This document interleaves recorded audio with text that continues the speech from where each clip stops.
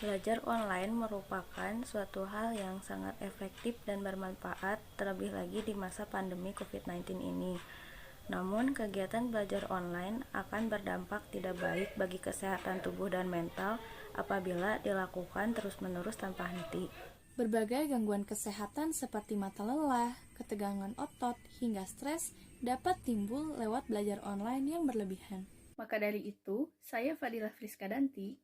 Saya Aura Siti Rahmawati. Saya Elina Nur Azhari. Saya Aulia Fadia. Saya Alia Putri Bucori. Saya Herlina Priyanti. Saya Fitria Nur Khalifah. Saya Malevi Dada Baivin. Mengajak Anda menjaga kesehatan fisik dan mental selama kuliah online yang bisa dimulai dari diri sendiri.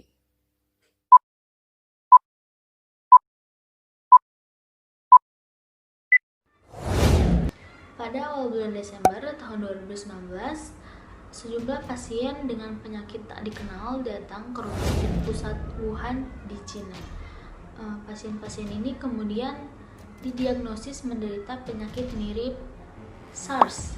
SARS ini merupakan virus sindrom pernapasan akut yang dulu juga pernah terjadi di Cina pada tahun 2002. Dr. Liu Wenliang sempat mengabarkan kabar buruk ini di sosial media beliau. Penyakit yang menyebabkan radang paru-paru ini diduga diakibatkan oleh virus yang berasal dari pasar ikan Huanan yang juga menjual binatang liar seperti kelelawar dan ular.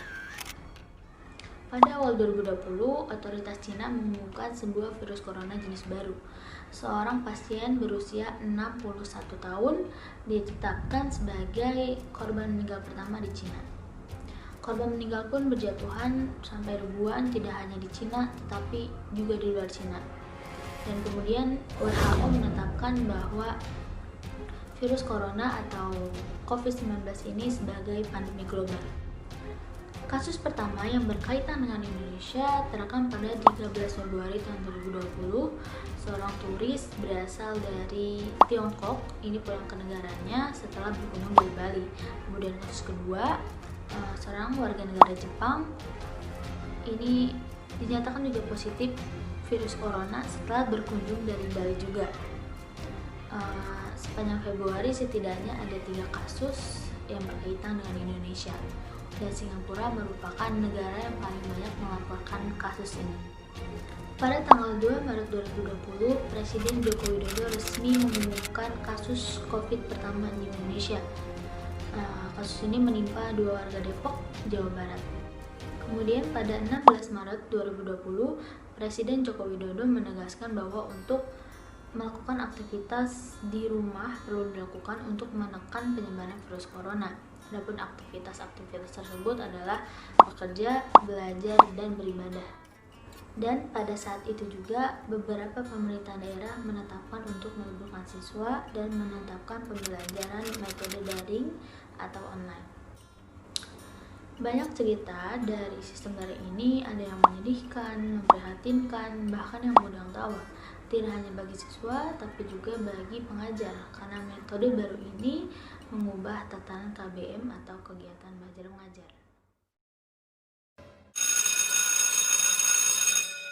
Kuliah daring adalah kebiasaan baru yang mau tidak mau harus dilakukan oleh seluruh pengajar dan pelajar di Indonesia dikarenakan adanya wabah dari COVID-19. Namun, dirasa banyaknya kekurangan yang ada pada kegiatan kuliah daring. Banyak yang mengeluhkan capek, pegal, sakit mata saat menjalaninya.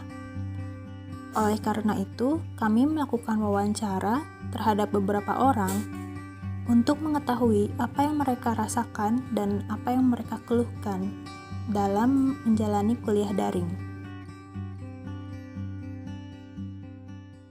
Kurang lebih yang saya rasa selama belajar daring ini yaitu sangat melelahkan ya pasti untuk kita semua, dan kadang-kadang saya juga merasa sedikit stres dan sedikit muak gitu dengan belajar daring ini.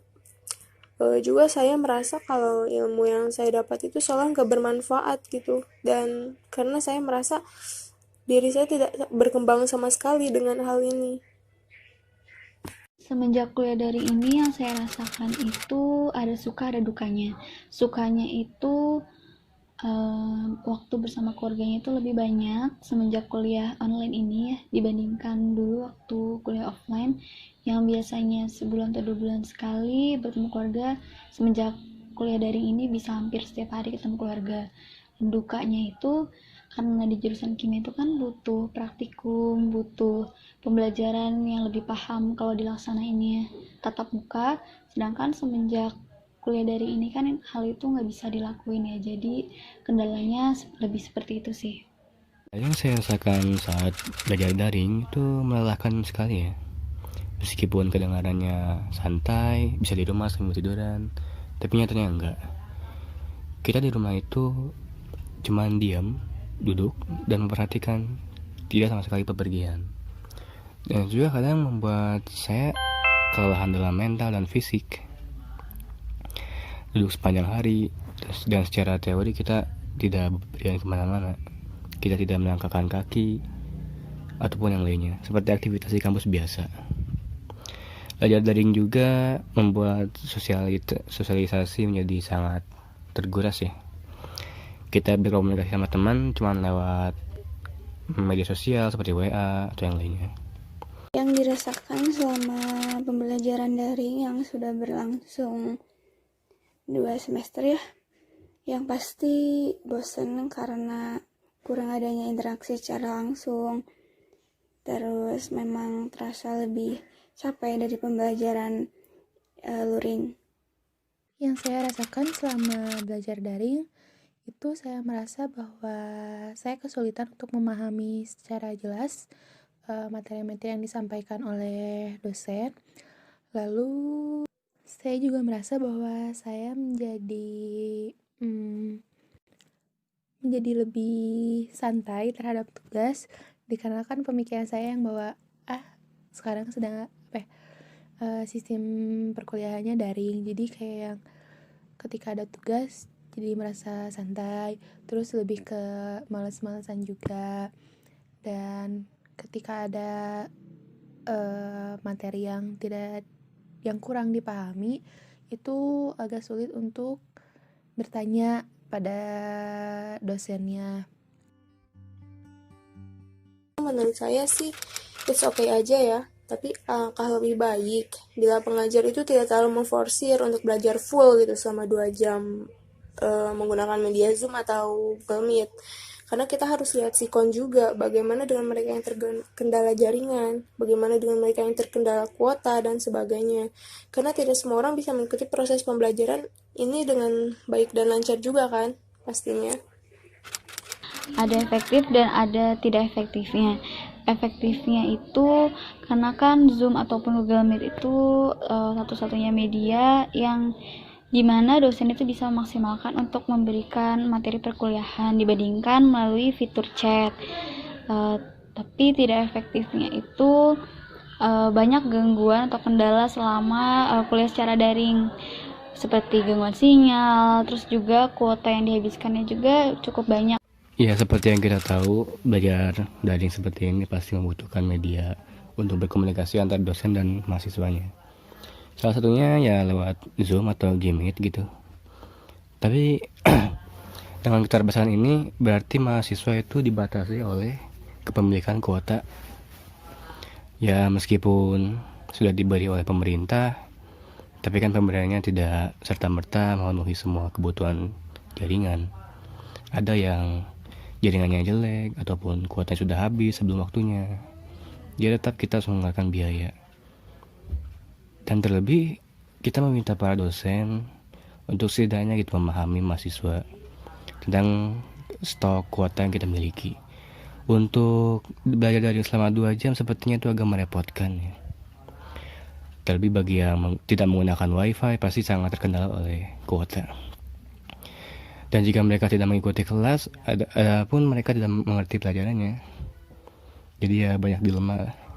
Menurut saya, pembelajaran via Google Meet atau Zoom yang berlangsung lebih dari 1,5 jam ke atas atau bisa dibilang 2 jam kurang efektif karena kita menggunakan gadget ya, otomatis kita bakal terpacu terus untuk melihat layar. Terus lama kelamaan juga kayak bosen juga. Selain bosen juga karena radiasi yang tadi, terus bikin capek di mata, bikin capek di badan. Pokoknya kurang efektif lah kalau lebih dari 1,5 jam ke atas. Pendapat saya tentang sistem pelajaran daring, terutamanya ketika menggunakan Zoom atau Google Meet selama 2 jam, itu cukup melelahkan. Lalu selain melelahkan juga, terkadang sinyal tidak mendukung, sehingga di beberapa ketika dosen sedang menyampaikan melalui aplikasi Zoom atau Google Meet, lalu sinyal sedang tidak terkendali, itu saya jadi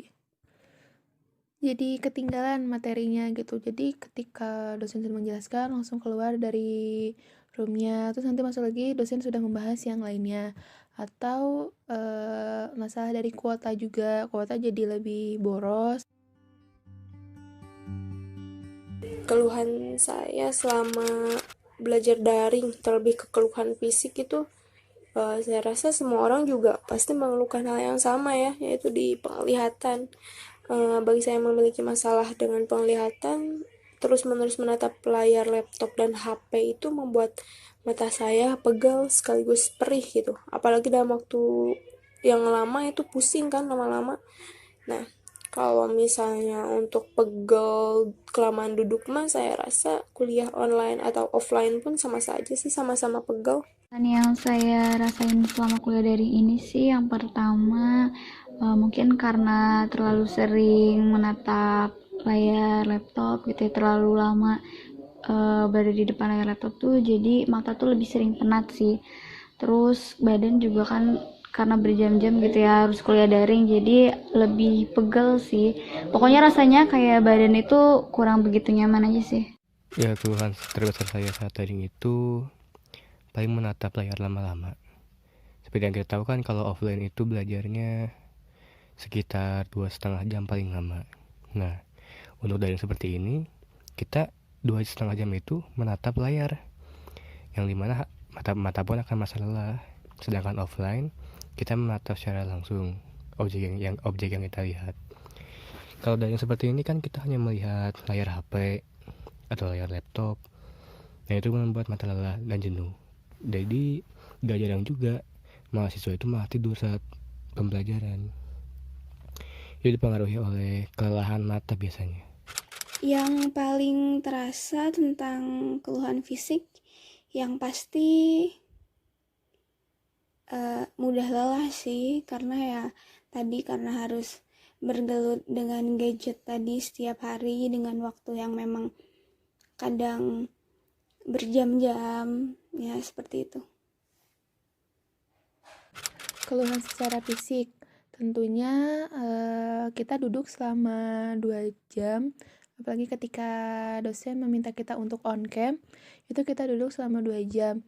Terkadang kayak ngerasa pegal-pegal, terus mata juga perih, ngerasa lebih capek juga dibandingkan secara perkuliahan selama offline kayak gitu.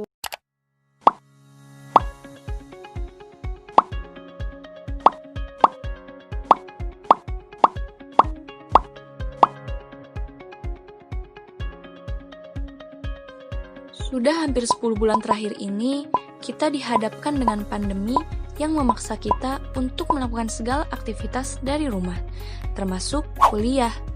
Mahasiswa bukan hanya dihadapkan dengan rasa takut dan cemas terhadap wabah, tetapi ada juga hal-hal yang dapat mengganggu kesehatan fisik dan psikomatis mahasiswa, seperti rasa bosan karena terlalu lama berada di rumah, stres dengan tugas yang menumpuk, hingga perubahan pola makan dan pola tidur. Meskipun begitu, kita tetap perlu menjaga kesehatan untuk tetap dapat beribadah dan menuntut ilmu dengan baik untuk mencapai ridho Allah Subhanahu wa Ta'ala.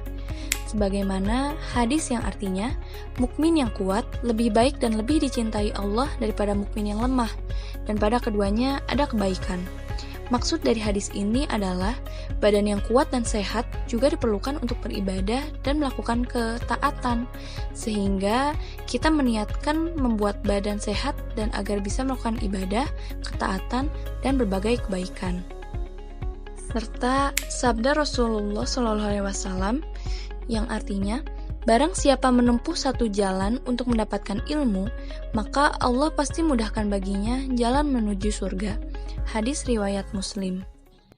Oleh karena itu, kami akan membagikan sedikit tips untuk menjaga kesehatan fisik dan mental kita selama kuliah online. Di antaranya, yang pertama, mengkonsumsi makanan bergizi, seperti buah, sayur, dan yang terpenting, perbanyak konsumsi air putih.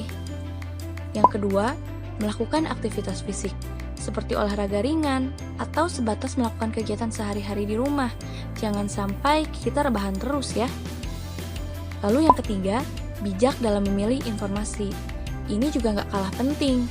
Jangan sampai kita termakan hoax, dan akhirnya hanya menambah stres dan rasa cemas yang tidak perlu. Jadi, selalu berhati-hati dalam mencari informasi ya. Kemudian yang keempat, berkomunikasi dengan keluarga dan sahabat. Sebagai makhluk sosial, kita perlu dan kita dapat menceritakan kekhawatiran yang sedang kita rasakan kepada orang terdekat. Ini juga memberi dampak yang baik dalam menurunkan tingkat stres. Lalu yang kelima, menghentikan kebiasaan buruk, seperti begadang, karena fisik dan mental kita tetap butuh istirahat yang cukup, agar tetap bisa produktif setiap harinya. Dan yang terakhir, selalu semangat dan jangan lupa bahagia ya.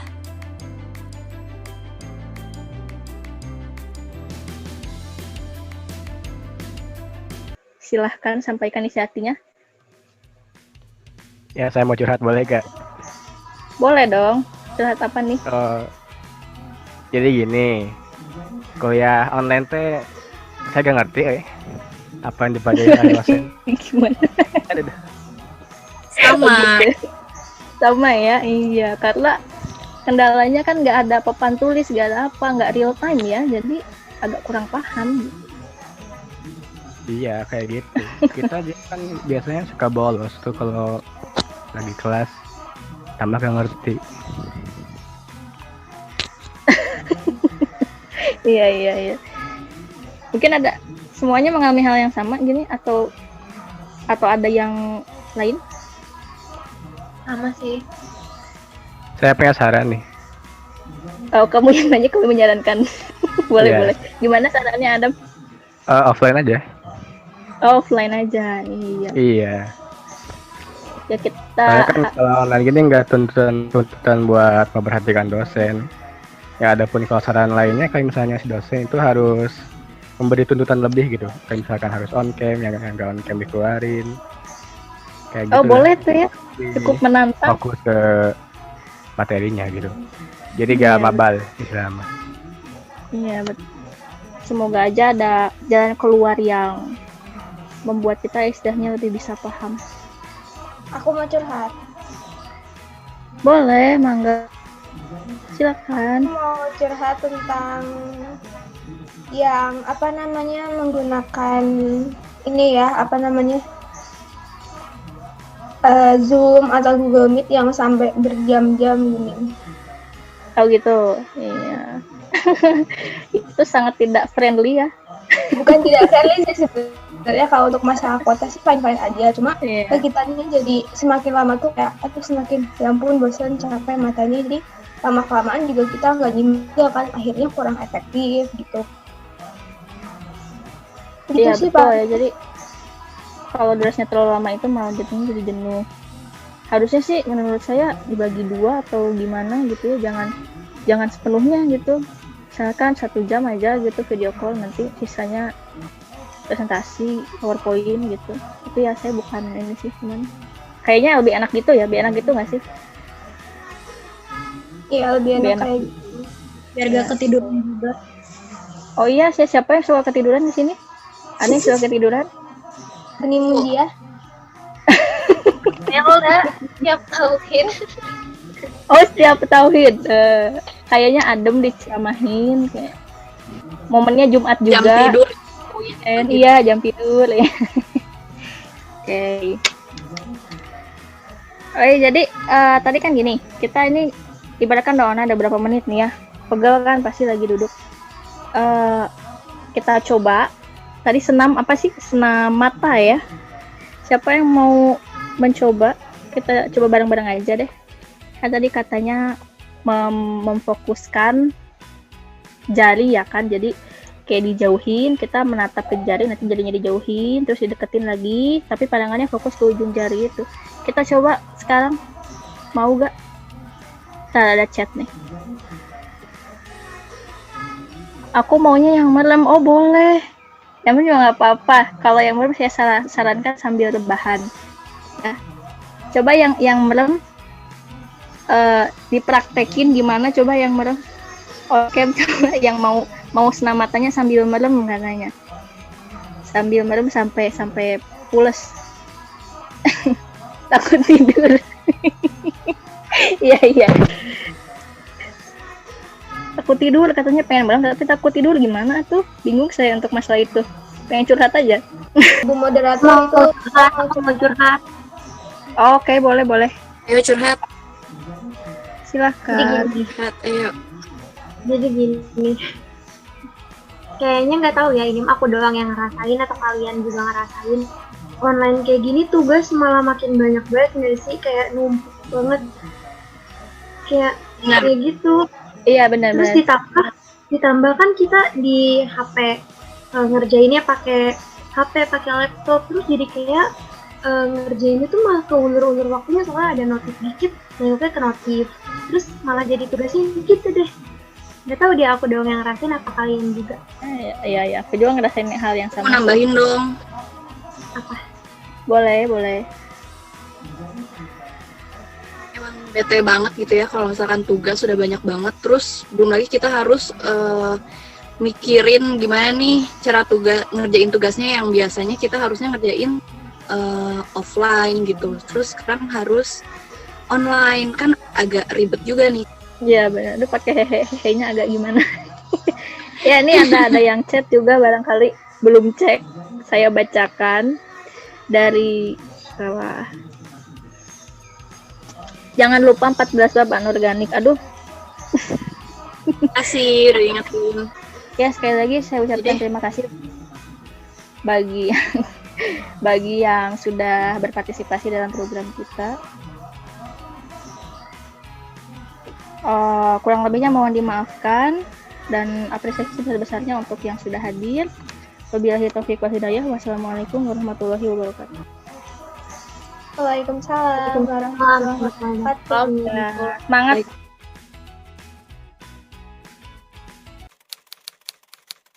Yang saya rasakan itu adalah saya mendapatkan solusi untuk mengatasi kepenatan ketika saya terlalu lama berada di depan laptop.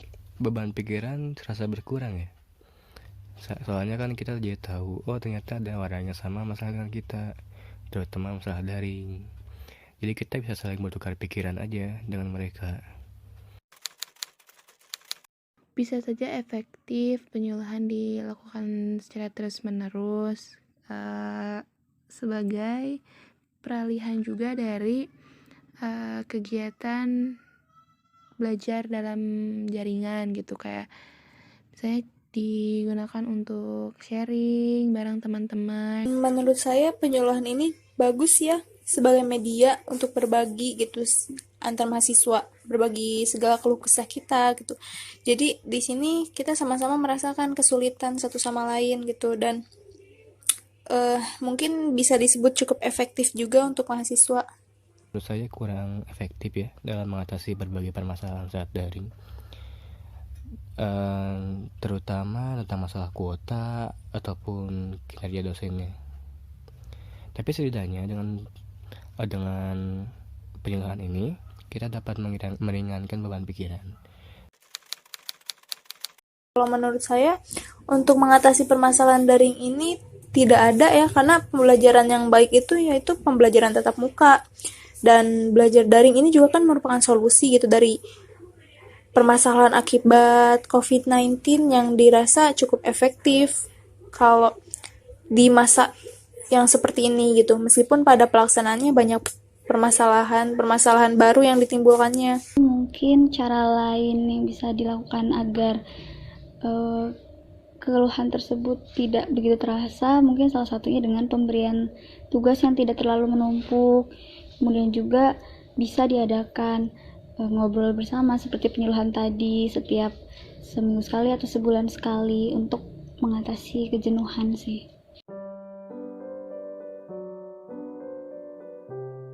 Saya tentunya merasa senang. Kesan saya Senang banget karena dapat membantu orang-orang memecahkan permasalahan mengenai kuliah daring. karena bisa menyampaikan apa yang menjadi problematika selama belajar daring. Ditambah lagi respon positif dari teman-teman Kimia 3A menjadi kebanggaan tersendiri bagi kelompok 1. Ini sangat begitu perlu dijabarkan dalam mengatasi berbagai permasalahan yang kita hadapi, terutama dalam solusi jangka panjangnya. Semoga kita semua, khususnya para pelajar dan pengajar atau siapapun, dapat lebih mengetahui akan pentingnya menjaga kesehatan fisik dan mental di masa pandemi COVID-19 ini. Semoga program ini bermanfaat bagi para pendengar, khususnya seluruh pelajar dan pengajar. Semangat terus mencari ilmu walaupun masih dalam keadaan daring. Ingat, fa inna ma'al usri yusra, karena sesungguhnya sudah kesulitan pasti ada kemudahan. Semoga kita semua tetap bisa survive di pandemi ini dan makin semangat kuliah online-nya.